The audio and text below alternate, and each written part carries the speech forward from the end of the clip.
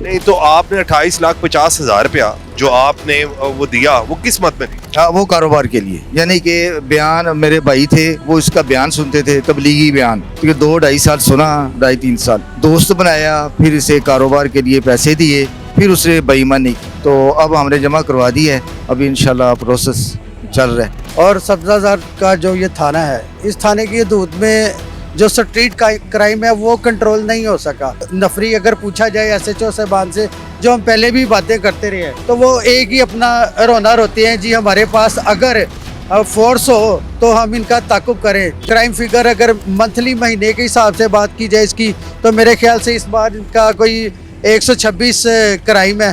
اگر واردات ہو جاتی ہے پھر تو وہ توبہ توبہ والا حساب ہے، وہ آپ سمجھے کہ وہ نہ کے برابر۔ وہ ایس ایچ او اور ڈی ایس پی صاحب تو کوشش کرتی ہیں کہ خدارہ یہ جو واردات ہے وہ ہم پی لیں، یہ واردات جو ہے یہ نہ ہی رجسٹرڈ ہو تو بہت اچھی بات ہے۔ جی السلام علیکم جی، آج ہم اقبال ٹول ڈویژن کے علاقے سبزہ زار تھانے پر موجود ہیں، اور یہ علاقے کے بارے میں آپ کو یہ بتاتا چلوں کہ یہاں پر جو پاپولیشن ہے وہ 16 لاکھ سے زائد ہے۔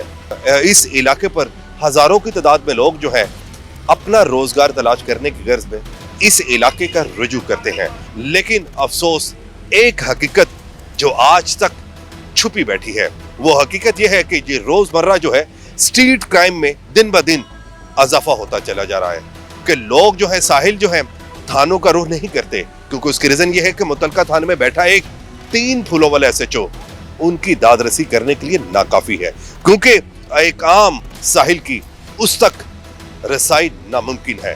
اس کی کیا وجوہات ہے؟ اس کی وجوہات ہے ہمارے نظام میں بیٹھے وہ مگرمچھ جو کہ نہیں چاہتے کہ عام آدمی کو انصاف مل سکے۔ جی السلام علیکم جی ہم آپ تھانہ سبزہ زار کی حدود پر موجود ہیں، یہاں پر آپ کو کتنے دن ہو چکے ہیں کہ کیا آپ کو پولیس جو ہے وہ تعاون کر رہی ہے؟ روزمرہ کے جو دن بہ دن بڑھتے ہوئے کرائم گراف جو ہے پوری سطح پہ جا رہا ہے، اس کو روکنے کے لیے پولیس کو کیا مثبت اقدامات کرنے چاہیے؟ نہیں، اس میں یہ ہے کہ جو ملزم ہے وہ میں نے، چونکہ ہم نے 24 کو جمع کروائی ہے اپلیکیشن، تو اب ہم ہفتے کو پہلی دفعہ آئے تھے، پھر اس کے ساتھ میں نے قرآنی حوالہ بھی دیا ہے کہ اللہ تعالیٰ ان کو اپنے حفظ و امان میں رکھے۔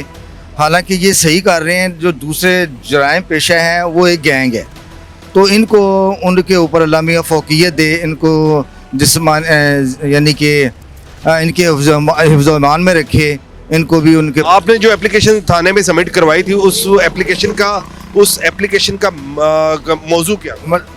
موضوع یہ تھا کہ امانت میں خیانت کی تھی ایک مذہبی تبلیغی آدمی نے، اور اس کے خلاف ہم نے یہ دی ہے امانت میں خیانت۔ تو اب یہ لوگ اس کو انشاءاللہ پکڑیں گے، کہہ رہے ہیں کہ ہم اس کے لازمی آپ کے پیسے دلوائیں گے، 28,50,000 وہ ہم کو آپ کو دلوائیں گے، اور اس کو میں نے ایک پیپر بھی لکھا ہے جو سورہ بقرہ وغیرہ وغیرہ کا موضوع میں نے اس پہ لکھا ہے، تو تاکہ اس کے مطابق اسے سزا دی جائے۔ وہ کہہ رہے ہیں انشاءاللہ ہم اسے دیں گے۔ نہیں تو آپ نے 28,50,000 روپیہ جو آپ نے وہ دیا وہ کس مت میں دیا؟ ہاں وہ کاروبار کے لیے، یعنی کہ بیان میرے بھائی تھے وہ اس کا بیان سنتے تھے، تبلیغی بیان، کیونکہ 2-2.5 سال سنا، 2.5-3 سال دوست بنایا، پھر اسے کاروبار کے لیے پیسے دیے، پھر اسے بے ایمانی کی، تو اب ہم نے جمع کروا دی ہے، ابھی انشاءاللہ پروسیس چل رہا ہے۔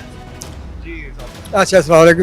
آپ بتائیے۔ اچھا جناب، یہ ہے کہ سن 18 میں 2-3 سال پہلے میں اپنے ایک دوست تھا تو اس کا بیانیہ سنتا رہا مسجد میں مختلف جگہ، پھر میں نے بھی نماز شروع کر دی، جو میں نماز پہلے ایسے ٹوٹی پوٹی پڑھتا تھا، میں نے شروع کر دی کہ یہ شخص فرشتہ ہے۔ تو جب میں نے اس کا 1.5-2 سال کے بعد میرے پاس پیسے تھے تو میں نے اس سے کاروبار کہا کہ یہ سیکنڈ ہینڈ گاڑیوں کا کاروبار کرنا، یہ پیسے لے اور کرے اور ایمانداری سے کرے۔ اس نے کہا جی آپ یہ کوئی ایسی بات نہیں، آپ ہمارے باپ جیسے ہیں اور اس میں لکھنے کی بھی کوئی ضرورت نہیں ہے، یہ آپ کی امانت ہے اور انشاءاللہ کاروبار بہترین ہوگا۔ سن 18 سے لے کے اب تک اس نے مجھے 23,000 روپیہ دیا ہے، 23,500 روپیہ پرائیویٹ دیا، ایمانداری سے جو بھی کیا، لیکن اب تک وہ کاروبار کر رہا ہے لیکن مجھے کچھ نہیں دے رہا۔ اس سلسلے میں ہم نے اپلیکیشن سبمٹ کیا ہے سبزہ تھانہ میں، تو اسی سلسلے میں ہم آئے تھے کہ ہمارے اس پہ فردر فالو اپ کریں۔ اس شخصیت کا نام کیا ہے؟ مسٹر سید وسیم شاہ۔ سید وسیم شاہ۔